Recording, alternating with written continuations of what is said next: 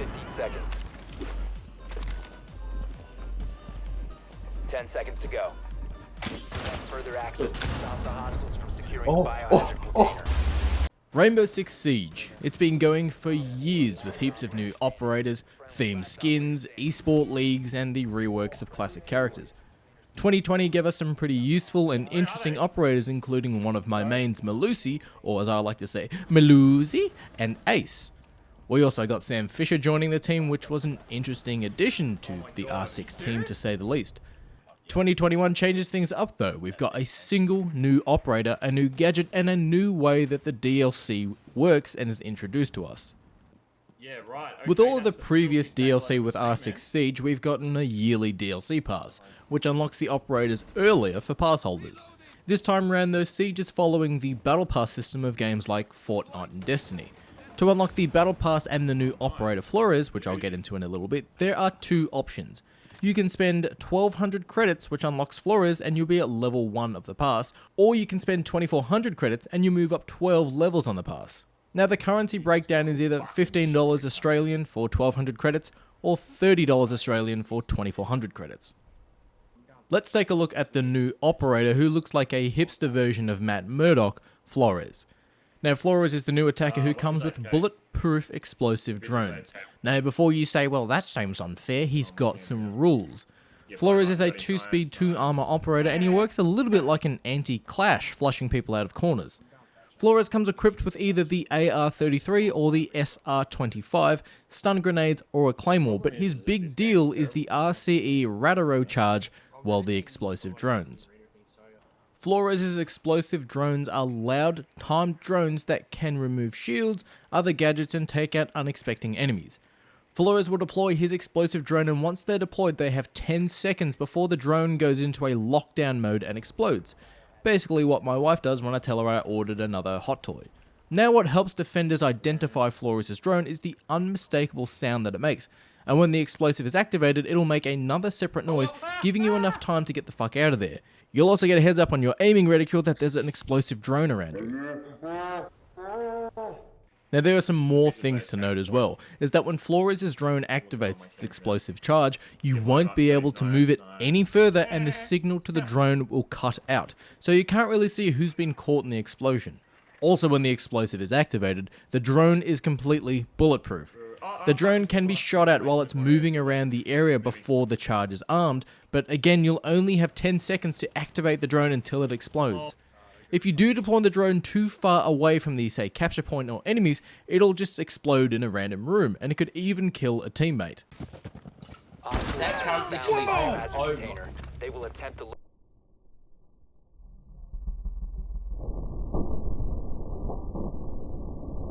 Yet again, another thing to note with the drone is how they're deployed and its movement compared to normal drones.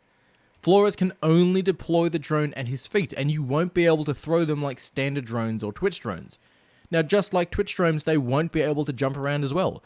On top of that, with the drones having a countdown of 10 seconds before they explode, the drone can only move forwards. It cannot stop in place unless you activate the charge. So on top of the 10-second timer, you also need to be very precise when you're putting the drones through, say, drone holes to make sure you don't get stuck or you get caught going in the wrong direction, wasting precious time. It's time to move on to the new gadget, the Gon 6. It's actually not a gadget but a replacement for your sidearm. The Gon 6 fires a single explosive round and you only get a single round for it too. This round can be used for taking out things like castle barricades, destroying Melusi's banshee traps, and shooting out bulletproof cameras. While the gadget certainly has its uses, it also trades the attacker's sidearm. So if you're caught in a firefight and you need to reload, you can't simply swap to your sidearm and continue the fight. I mean, you can if you haven't fired or used your Gon 6, but if you missed that shot, you'll be left more wide open than that bridesmaid who's never been a bride. We all know that one person. Now, while Rainbow Six Siege has been my personal favourite online shooter for some time, there are definitely things that are getting worse as the game progresses. I'll generally play Siege about 3 to 4 times a week with the lads, and without a doubt, there will be smurfs. Now, if you're wondering what a smurf is, let me fill you in. No, they're not the blue creatures that live inside mushrooms and watch out for a bald fuck with a cat, no, not at all. They're high-level players who start new accounts to completely troll and dominate new players. They'll rack up something like 8 or 9 kills or even higher for a whole game and be something like rank 10. Casual games are full of smurfs, and it gets frustrating being killed by a smurf seconds into a round because they just run outside and they take the spawn points. Siege turns from a challenging but rewarding game to just flat out not fun, and I think Ubisoft really need to do something to focus on getting rid of these fucking smurfs because they're a waste of space and a waste of air. It's funny that the character of Flores reminds me of Matt Murdock, because the hit detection in Siege now is like a blind Arya Stark playing fucking baseball.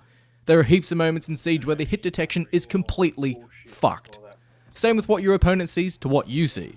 There's been moments where I'm firing rounds into a target's head with an assault rifle at long range while the enemy has a one-shot pop hit me in the head and none of my rounds have even hit. There's been moments where my enemies have a clear line of sight to my fucking head where I didn't even see them on the screen. Period. This is actually the worst Rainbow Six Siege has ever been with its hit detection, to the point where I simply just don't want to play it until the next season or until they fix this shit. Besides the smurfs and the awful hit detection in this season, Siege is still somewhat Siege. Every kill a celebration, every round requiring teamwork and communication, and every bullet counts.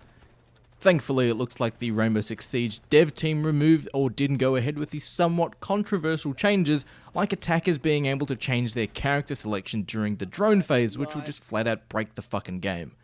Now, I'm always looking forward to what Siege does next, and it looks like they got a lot of work to do to fix that fucking hit detection, but what I think Siege really needs next is a brand new map. We're constantly getting map changes and reworks, but when was the last time we got a completely new fucking map?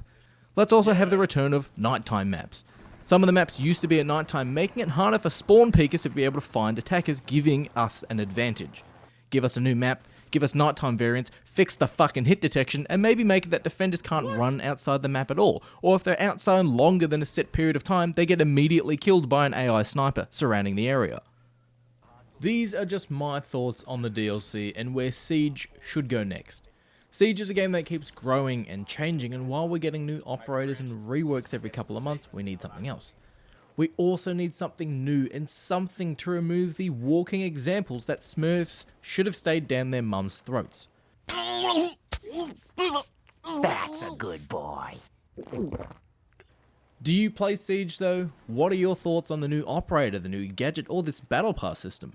Let me know down in the comments below, and even if I should keep covering this new operation, or whether I should just return to it every couple of months.